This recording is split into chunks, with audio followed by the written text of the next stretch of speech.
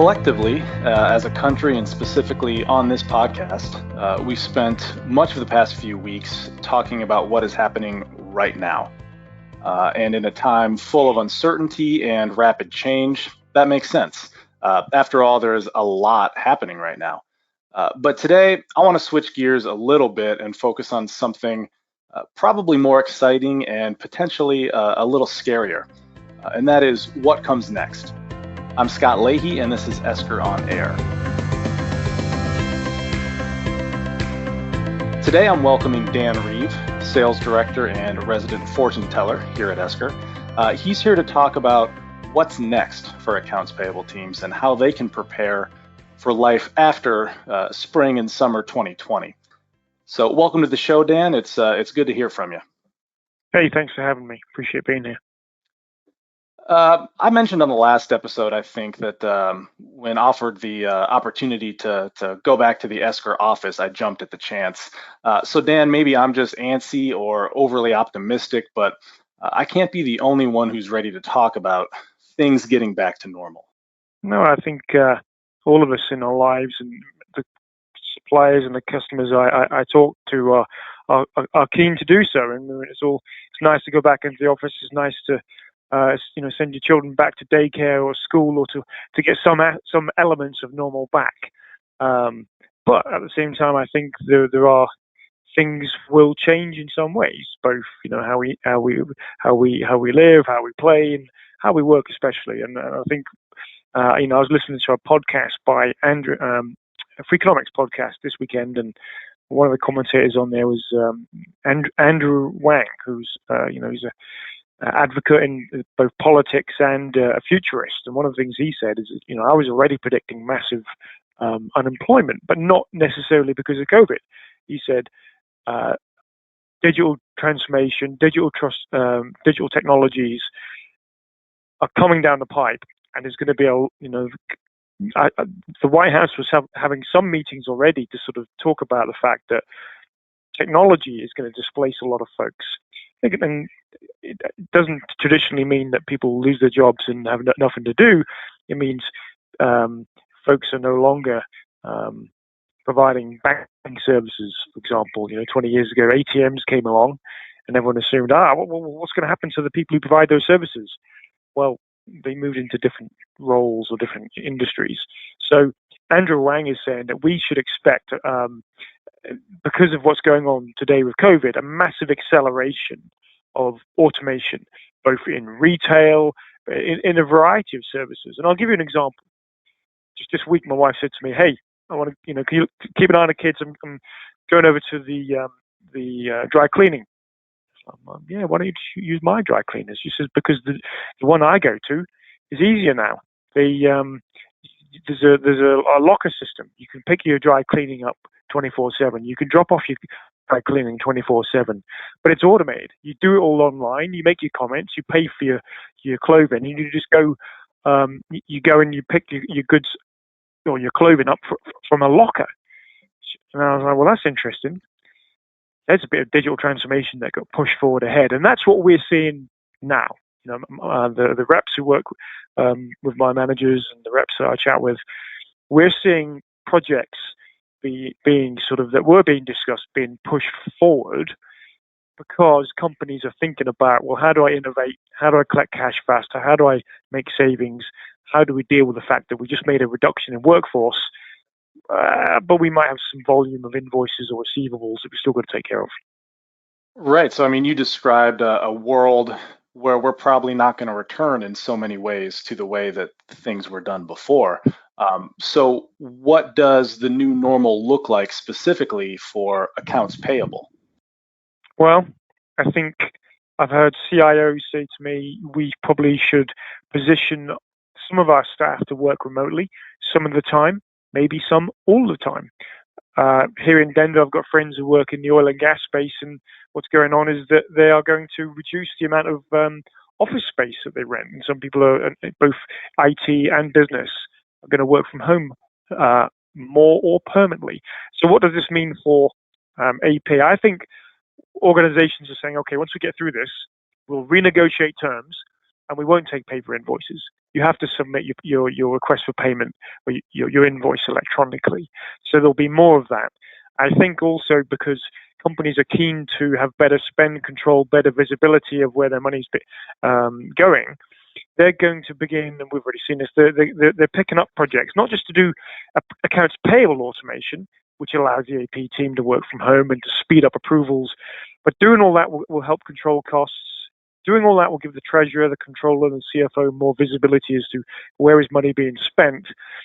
And if that's all done, as I like to say, at the speed of 1,000 gazelles, then there's more chance that you can pay the supplier quicker and maybe earn an early payment discount as part of that. I think the time that accounts payable earn is going to free up accounts payable staff to be rock stars. And what I mean by that is it's going to allow them to do things like, okay, well, we're hearing that nowadays you should have more suppliers on your books. Well, why? Because what if one supplier can't get the raw materials out of China? Or what if one supplier has financial issues? Well, shouldn't we be using our accounts payable team, who already often have to pick up the workload and onboard suppliers because procurement didn't? There's probably a room for AP to be doing more vendor due diligence, helping out with onboarding, making sure that we're not bringing on board vendors who have OFAC risks or credit risks. But when we found the right supplier, we can bring them on quickly. And so, what I took away from that is kind of changing the way that AP folks are going to be doing the work and probably helping them get rid of a lot of the manually repetitive tasks that they're doing. So if we're freeing them up from a lot of those traditionally core tasks, could we or should we be expecting to see downsizing in AP departments, or what exactly will they be filling that time with? Well, I think having gone through the last recession, the Great Recession, sure. I mean, it's natural. Companies look to tighten their belt. We can't avoid it. There'll be layoffs. So there'll be companies saying, "Great, what can I do? Can we put technology in to absorb and do more with less?" That's just the nature of the beast. And I think hiring managers don't want to go through these cycles of hiring people and then having to let them go. That's painful. So you'll see a return to technology. You'll see an increasing use of technology where AP folks are allowed to work from home. I think the other thing is we can't avoid, and this was already going on pre-COVID, departmental leaders in both customer service and finance were saying to me, Dan, it's getting harder to find the people to do the work we want. They won't come in here and learn how to use 2 ERP systems and accept a manual process.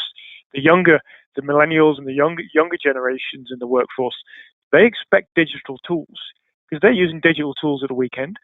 The buyers and the suppliers they deal with, they too are becoming more tech savvy. So I've had organizations, some of them Fortune 500 organizations, for example, there's one in Seattle who said, we cannot compete and hire the AP staff and the customer service staff we want without transforming our processes, because we might find these people, but they won't stay more than a couple of months.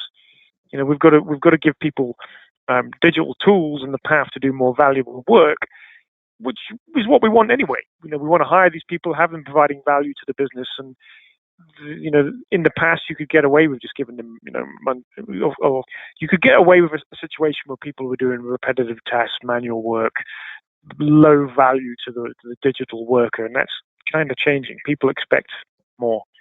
Mm-hmm. So transforming accounts payable from a tactical back office task to a function that is digital, drives profits, and informs strategy. That all sounds like great news, but what is your advice to our listeners today that might be hearing all of this and feeling a little bit overwhelmed? What should AP leaders do to avoid falling behind?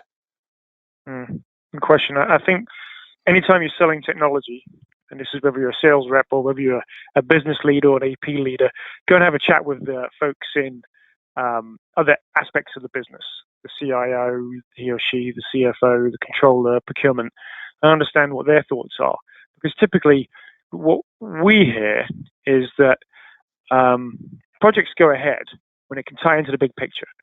Okay, so if I'm in AP and I've found a way maybe to earn some early payments discounts or to help us improve our accrual process and help the CFO, the controller see where money's being spent. Is it being spent in the right manner? Great. But if you go and have conversations with these other departmental leaders, or just give them a call over the phone, there's so much more chance that they will support you or that what you're trying to do. I'll give you an example. A tire company in Atlanta, Georgia, Maxxis. They make tires for both cars and mountain bikes. And what they said is, okay, we want to do AP automation. Actually, we want to do more than that. Actually, we would like to use this as a transformation engine and get people to go for a pre-approval before they buy goods and services. So we'd like to automate both purchasing and more into procurement. But we're going to use AP, prove out the technology there, start small, get a win, get everybody accelerating that we're starting to do digital transformation projects. So what the AP leader did there is he sort of went and had a conversation with the different departments, explained the vision, and folks said, yeah, okay, great, we don't need to all jump on board straight away, but we're aware of what you're trying to do, and he was able to sort of educate folks as to how his initiative was going to improve things for both procurement and finance. So you've got to, I think, have conversations with the management team in different departments, and when you show technology, make sure you include the users, because sometimes users themselves, they can be the make or break. If they're not willing to sort of change, or they don't like the look and feel of a product, you could put loads of time and effort into launching a project, coming up with a capital expenditure request, but if they don't like the look and feel of that tool, your project could be dead in the water. Fortunately, a lot of the time, I don't know, it's actually our look and feel, our user interface that folks say, hey, yeah, your sales reps are good, but it's your product. Wow, it looks easy. People will adopt that. So that's my tip. Well, Dan, we're kind of getting to the end of the show here. Do you have any last thoughts for any listeners? So one of the things we've been hearing from both clients and potential customers is they've said, well, okay, we've been thinking about automation within procure to pay. We're keen on transformation, but we're not sure how to launch a project where everybody is remote. We haven't done this before. This came up for myself on a project here in Denver where we've helped the company deploy across Europe with their SAP system.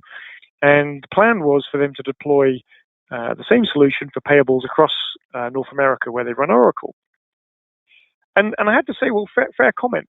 I tell you what, it happened in the first week of COVID, and it gave me a good excuse every day to go and reach out to system integrators, users of our technology in both procurement and finance, and some CIOs that I know.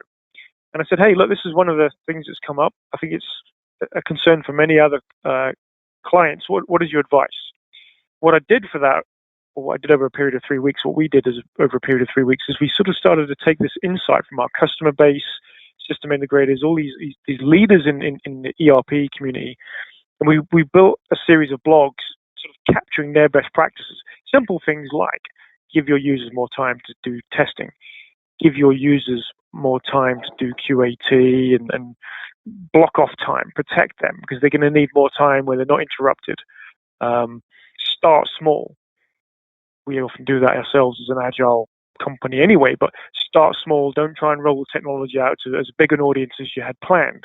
Start small, get a win. Yes, use Microsoft Teams so when you have weekly reviews or reviews every other day on the technology. So there's some good ideas in there, and I'd be keen to hear ideas from any of the folks who are exploring Esker. By all means, if you're interested, get in touch and we'll share the top tips that we put into that blog. Well, Dan, thank you once again for joining me and sharing your vision for the future of AP. Thanks to all the listeners for tuning in today. If you're looking for more guidance as you prepare for the future of accounts payable, you can always find more information at esker.com.